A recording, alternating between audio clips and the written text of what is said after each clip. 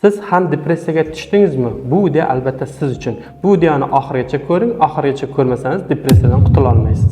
Depressiya bu ruhiyatning jiddiy buzilishi bilan bog'liq bo'lgan jiddiy kasallik.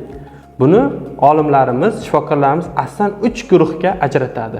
Birinchi neyrogen, ya'ni nerv sistemasi bilan bog'liq bo'lgan o'zgarishlar. Ikkinchisi endogen, ya'ni gormonlar o'zgarishi bilan bog'liq bo'lgan buzilish. Uchinchisi bipolyar, ya'ni bu ruhiyatning jiddiy o'zgarishidan euforiyaga, ya'ni ruhiyat kayfiyatning buzilishi bilan bog'liq bo'lgan holatgacha olib keladigan kasallik. Depressiyaning asosiy sabablari nimalar? Xo'p, birinchi sababi miyada kimyoviy va biologik o'zgarishlar bo'ladi. Ya'ni mediatorlar deymiz, mediatorlarda o'zgarishlar ketadi. Ikkinchisi irsiyat bilan bog'liq bo'lgan muammo, irsiy moyilligi bor. Uchinchidan qattiq ruhiy ta'sir. Ya'ni nima bo'lishi mumkin? Yaqin insonlarni yo'qotish yoki bo'lmasa qarindosh urug'lari, shu holatlar. To'rtinchidan giyohvandlik, ichkilikbozlik. Beshinchidan surunkali kasalliklar. Misol uchun davlina bo'lishi mumkin, sahr bo'lishi mumkin, bo'g'im og'riqlari bo'lishi mumkin. Beshinchidan organizmda gormonlarning nomutanosiblik, ya'ni gormonlar disbalansi buziladi. Va yettinchidan stress. Qattiq stress o'tkazish, doimiy stresslar, bular o'sha depressiyaning rivojlanishiga olib keladi. Depressiyaning belgilari nima? Kayfiyatsizlik, tushkunlik bo'lib qoladi. Keyin ish faoliyatini pasayib ketadi. Har doim ishlayotgan narsa tushib ketib qoladi ish faoliyati. Doimiy charchab yuradi. Qancha dam olsa, kun davomida dam olsa ham dam olgandek bo'lmaydi. Charcha horg'in bo'lib yuradi bemor. Keyingisi o'ziga bo'lgan ishonch yo'qolib qoladi bemor. Qiziqish yo'qoladi, yashashga bo'lgan qiziqish yo'qolib qoladi bemorlarda. Keyingisi diqqatni bir yerga jamlay olmaydi. Ya'ni bir narsa ishni qilaman desa, o'sha ishni oxirigacha yetkaza olmay qoladi.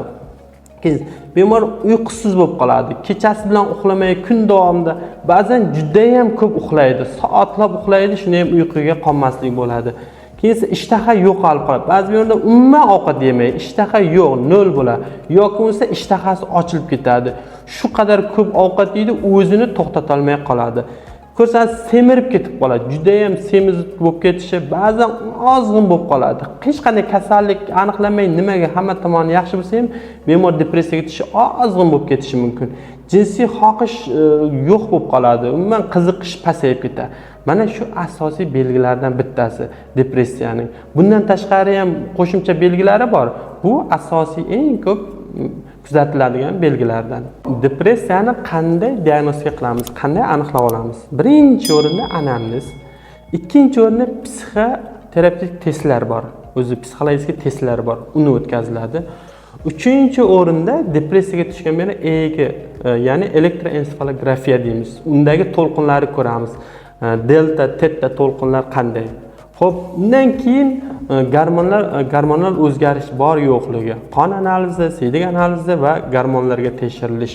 Mana shularni ko'ramiz. Bemorlardan analiz qilib, oxirida xulosa qilib, bemorga nimadan bo'layotgani diagnostika qo'yib olamiz depressiyani. Xo'p, uni endi davolash kerak. Qanday davolaymiz? Birinchi o'rinda bemorlarga antidepressant, neyroleptik, keyingi nootrop bilan birgalikda trankvilizator, mana shu preparatlarni kerakli vaqtda, kerakli dozada bemorning ahvoliga qarab korreksiya qilsak, bemorda yaxshi rezultat beradi, yaxshi tuzaladi.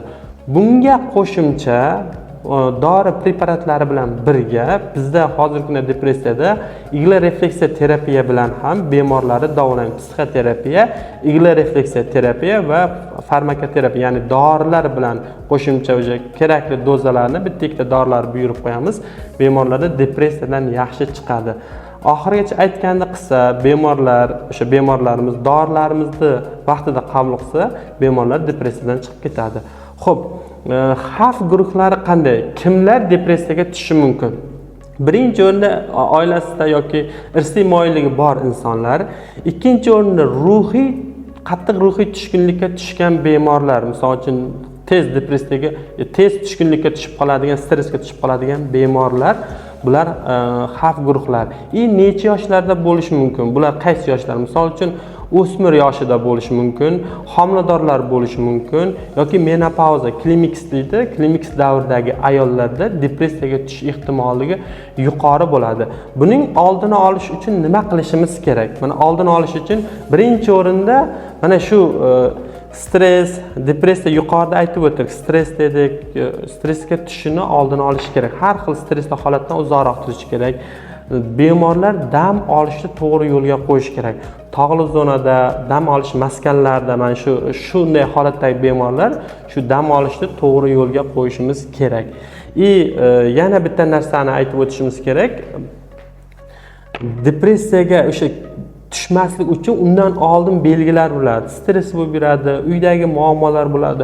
O'shani depressiyaga tushmay turib vaqtliroq yechimini qilish kerak. Agar kimdadir depressiya bilan bog'liq muammolar bo'lsa, bizga murojaat qilishlaringiz mumkin.